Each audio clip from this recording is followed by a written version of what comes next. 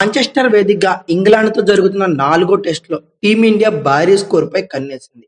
అంతకుముందు 3 టెస్టుల్లో ఎలాంటి ఎఫెక్ట్ అయితే చూపించిందో అదే ఎఫెక్ట్‌ని ఇక్కడ కంటిన్యూ చేసింది. అంటే పైచేయి సాధించడం, అంతలోనే తడబడటం, మళ్ళీ ఆధిపత్యం సాధించటం, ఆ తర్వాత చిక్కుల్లో పడటం.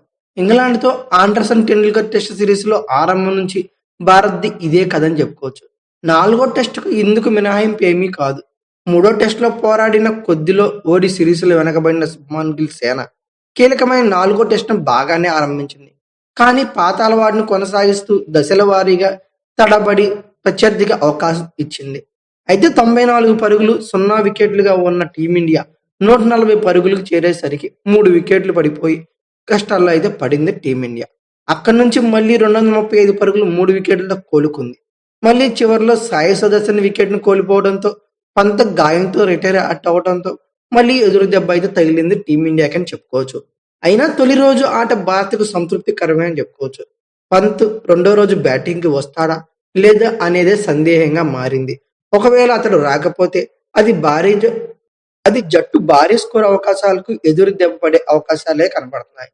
ఇక అయితే సిరీస్ అవకాశాలు సజీవంగా ఉండాలంటే గెలవాల్సిన లేదా కనీసం డ్రా చేసుకోవాల్సిన 4 టెస్టును భారత్ మెరుగ్గానే ఆరంభించింది. సాయి సుదర్శన్ 151 బంతుల్లో 7 ఫోర్లతో 61 పరుగులు, యశస్వి జైస్వాల్ 107 బంతుల్లో 10 ఫోర్లు, 1 సిక్స్‌తో 58 పరుగులు నిలవడంతో తొలి రోజు బుధవారం ఆట చివరికి తొలి ఇన్నింగ్స్‌లో 4 వికెట్లు కోల్పోయి 264 పరుగులు చేసింది. కేఎల్ రాహుల్ 98 బంతుల్లో 4 ఫోర్లు సాయంతో 46 పరుగులతో రాణించాడు.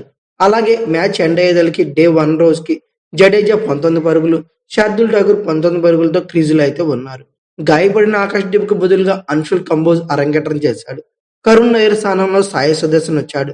అలాగే నితీష్ కుమార్ రెడ్డి స్థానంలో శార్దుల్ ఠాకూర్ ఈ మ్యాచ్‌లో ప్లేయింగ్ 11లోకి అయితే వచ్చారు. ఇక తర్వాత మబ్బులు పట్టిన వాతావరణం, అలాగే స్వింగ్ బౌన్స్‌కి అనుకూలంగా ఉన్న ఈ పిచ్చి. ఈ సిరీస్‌లో కంటిన్యూగా 4వసారి టాస్ గెలిచిన బెన్ స్టోక్స్ టీమిండియాను బ్యాటింగ్‌కి అయితే పిలిచాడు. తమ పేసర్లు ఆరంభంలోనే వికెట్లు తీసి శుభారంభం అందిస్తారని ఆ జట్టు అయితే భావించింది. కానీ రాహుల్, యశస్వి జైస్వాల్ ఆ పాచికైతే పారనీయలేదు. వికెట్ చేజార్చుకోకూడదన్న కృత నిశ్చయంతో బ్యాటింగ్ అయితే చేశారు. ఆర్చర్, ఓక్స్ చక్కటి లెంగ్త్‌తో బౌలింగ్ చేసి ఇబ్బంది పెట్టినా భారత ఓపెనర్లు ఆ పరీక్షనైతే ఎదురు నుండి నిలిచారని చెప్పుకోవచ్చు. స్వింగ్ అయిన కొన్ని బంతులను భారత బ్యాటర్లు బీట్ చేశాయి. అయితే 1, 2 సందర్భాల్లో యశస్వి జైస్వాల్ బ్యాట్‌కి తాకి దాదాపు క్యాచ్ దాకా వెళ్లాయి.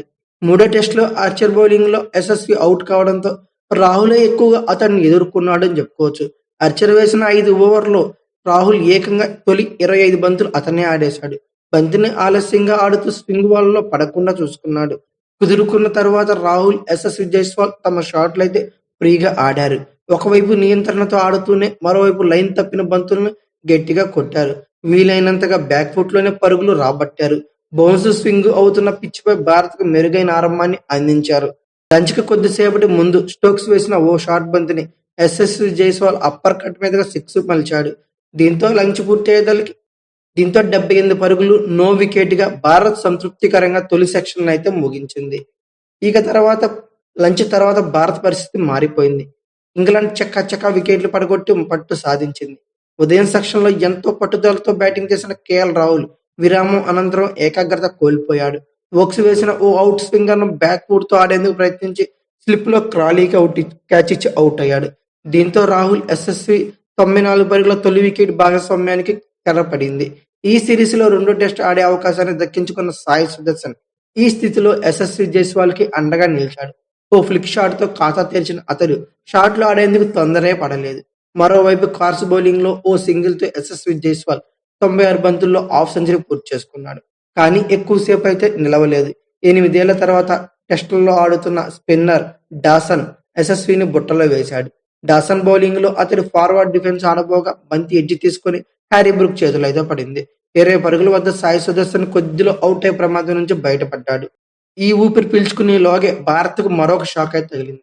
గత టెస్టులో రాణించలేకపోయిన శుభ్మాన్ గిల్ 12 పరుగులు చేసి మరొకసారి స్వల్ప స్కోరుకే అవుట్ అయ్యాడు. స్టోక్స్ బౌలింగ్‌లో శుభ్మాన్ గిల్ షాట్ ఆడకుండా వదిలేయగా అవుట్ సైడ్ ఆఫ్ స్టంప్ మీద పడి బంతి లోపలికి దూసుకొచ్చి ప్యాడ్‌ని తాకింది. స్టోక్స్ అప్పీల్ చేయడంతో అంపైర్ అవుట్ అవ్వడం జరిగిపోయాయి. శుభ్మాన్ గిల్ సమీక్ష కోరినా కూడా ప్రయోజనం లేకుండా పోయింది. లంచ్, టీ మధ్య 71 పరుగులు చేసిన భారత్ ఏకంగా 3 వికెట్లు కోల్పోయి ఈ సెకండ్ సెక్షన్‌లో బ్యాక్ ఫుట్‌లో నిలిచింది. ఇక టీ తర్వాత భారత్ పుంజుకుంది. ఆడుతుంది రెండో టెస్టే అయినా ఒత్తిడిలోనూ సాయి సుదర్శన్ మంచిగా బ్యాటింగే చేశాడు. పటిష్టమైన డిఫెన్స్‌తో ఆకట్టుకున్న అతడు ప్రయోగాలకు పోకుండా సురక్షితమైన షాట్లే ఆడాడు. ముచ్చటైన డ్రైవ్‌లు కొట్టాడు. ఈ క్రమంలోనే రూట్ బౌలింగ్‌లో బౌండరీతో 134 బంతుల్లోనే తన టెస్ట్ కెరీర్‌లో ఫస్ట్ హాఫ్ సెంచరీనైతే కంప్లీట్ చేసుకున్నాడు. మరోవైపు రిషబ్ పంత్ చకాచకా పరుగులైతే చేశాడు. 37 పరుగులు చేసి రిటైర్ హర్ట్‌గా వెనుదిరిగాడు. కేవలం 48 బంతుల్లోనే 2 ఫోర్లు, ఒక సిక్స్‌తో మంచి సహకారం అయితే అందించాడు. కుదురుకున్నాక పంత్ ధాటిగా ఆడాడు. ఈ క్రమంలో కార్స్ బౌలింగ్‌లో అతడి తల మీదుగా కొట్టిన సిక్స్ అయితే హైలైట్ అని చెప్పుకోవచ్చు. దీంతో స్కోరు వేగం పెరిగిపోయింది. భారత్ 140 పరుగులు 3 వికెట్ల నుంచి 200 పరుగులు 3 వికెట్ల వరకు ఎళ్ళింది. దీంతో 212 పరుగుల దగ్గర షాక్ అయితే తగిలింది. ఇన్నింగ్స్ గాడిలో పడినట్లు అనుకునే లోపు పంత్ అనూహ్యంగా ఫెయిల్యూర్‌కి చేరాడు. రివర్స్ స్వీప్ ఆడే క్రమంలో గాయపడిన అతడు రిటైర్ హర్ట్‌గా వెనుదిరిగాడు. కాసేపటికి భారత్‌కి ఇంకో షాక్. కుదురుకున్న సుదర్శన్ కూడా ఔట్‌గా వెనుదిరిగాడు. స్టోక్స్ బౌలింగ్‌లో ఇతను ఫెయిల్యూర్‌కి చేరాడు. స్టోక్స్ బౌలింగ్‌లో సుదర్శన్ ఫుల్ షాట్ ఆడేందుకు ప్రయత్నించి ఔటయ్యాడు. తర్వాత జడేజా, అలాగే శార్దూల్ ఠాకూర్ చాలా ఏకాగ్రతతో బ్యాటింగ్ చేశారు. అలాగే పరుగుల వేగం కూడా పెంచారు. ఇద్దరు వెలుతురు మందగించడంతో ఆటను ముందుగానే ముగించారని చెప్పుకోవచ్చు.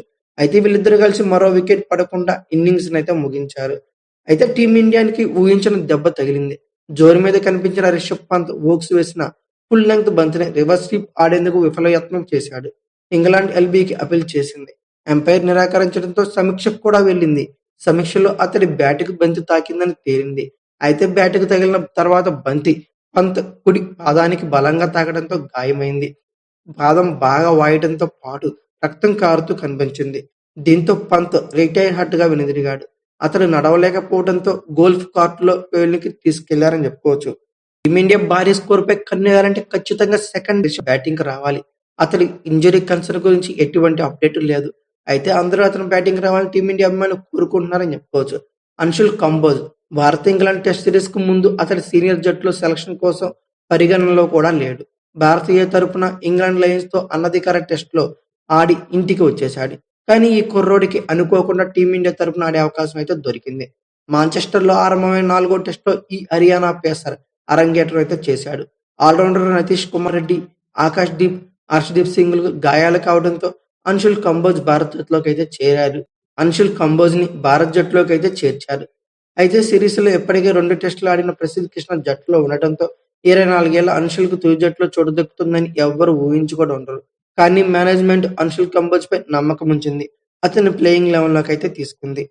అయితే టీమిండియా డే 1లో చేసిన పరుగులు 264 పరుగులు, 4 వికెట్లు, 83 ఓవర్ల బ్యాటింగ్ చేసింది. ఇదే ఫ్లోను కంటిన్యూ చేస్తూ టీమిండియా ఒక 450 నుంచి 460, 440 పరుగులు గనక చేయగలిగితే ఖచ్చితంగా ఈ సిరీస్‌లో ఈ టెస్ట్‌ని డిమాండింగ్ పొజిషన్‌లోకి తీసుకెళ్లే ఛాన్సెస్ ఉన్నాయి. అది కూడా జరగాలంటే ఖచ్చితంగా రిషబ్ పంత్ బ్యాటింగ్ రావాలి. జడేజా బ్యాట్ నుండి పరుగులు రావాలి. వాషింగ్టన్ సుందర్ నుంచి మంచి బ్యాటింగ్ చేయాల్సి ఉంటుంది. ఇలా జరిగితేనే డే 2ని కూడా టీమిండియా డామినేషన్ చేస్తుంది. అలాగే థర్డ్ సెక్షన్‌లో సెకండ్ హాఫ్‌లో వాళ్ళకి బ్యాటింగ్ ఇస్తే 1, 2 వికెట్లు తీస్తే బాగుంటుందని నేనైతే అనుకుంటున్నా. ఇలాగే జరుగుతుందనుకుంటున్నా. మీరేమనుకుంటున్నారో ఖచ్చితంగా కామెంట్ బాక్స్‌లో పిన్ చేయండి. అలాగే ఈ వీడియో గనుక మీకు నచ్చితే like, share, comment plus subscribe చేసుకోండి. అలాగే పక్కనే ఉన్న బెల్ ఐకాన్ నొక్కడం మాత్రం మర్చిపోకండి. Thank you for watching. Have a nice day.